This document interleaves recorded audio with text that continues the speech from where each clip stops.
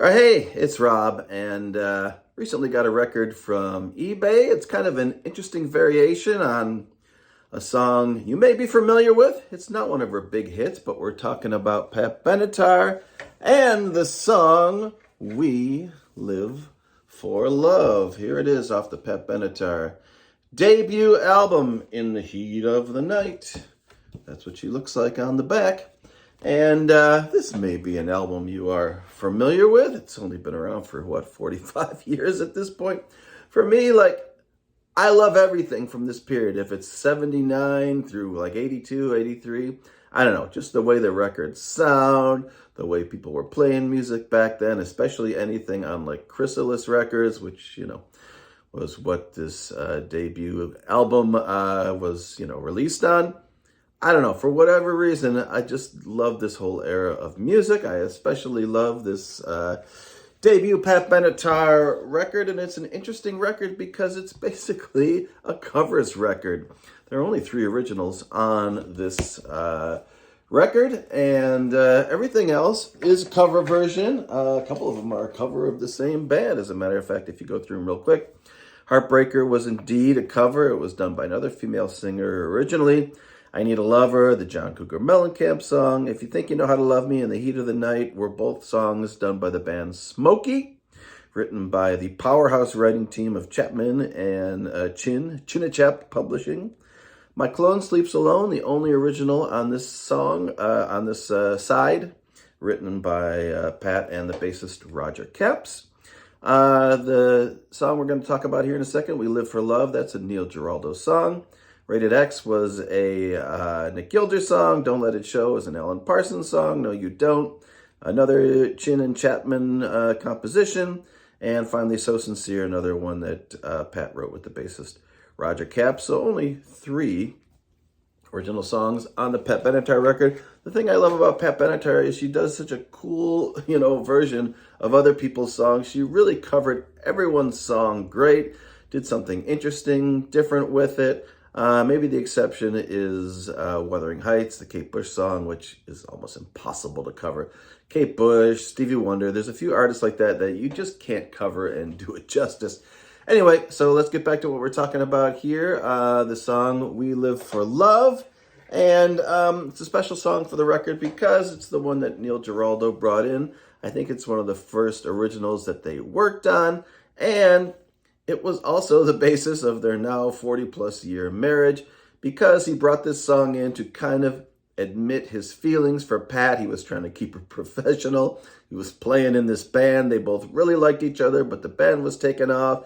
And, they didn't want to mess things up. Neil Giraldo was dating Linda Blair at the time, the actress Linda Blair, the one whose head spun around. And anyway, so it all worked out. They've been married happily for many years, but I guess We Live for Love was kind of his declaration he brought in, and they kind of realized there was more to it than just a song, that this was really written about his feelings for Pat, etc. So it's a cool song. It's an interesting kind of new wave song with some interesting guitar synth interplay. Anyway, what I'm talking about today is the fact that if you buy this one, I don't know, can you see it right there? CHE 1236. That catalog number is the normal version you always hear of We Live for Love. It's the one, that you're going to most likely be familiar with. I can't really play the song because of copyright stuff, but I'm going to play leading into the first verse. There's a guitar part that goes.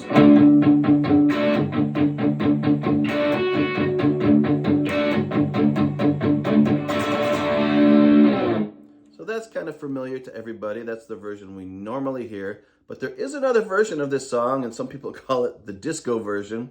This isn't really a disco song, except that it does have kind of a 4-on-the-floor bass drum pattern. And so I dug this up off of eBay. It covers exactly the same, but if you look at the catalog number, it is not CHE, but it is CHR 1236. You would think R would be the reissue, but it isn't. Apparently, R came before E. Not sure what those letters mean. But in any case, the only difference I see on this version of the record is We Live for Love has a different arrangement It does not have that heavy rock guitar sound on it. It instead has a little part that goes like this going into the verse. It has like a galloping triplet thing on the guitar, which goes.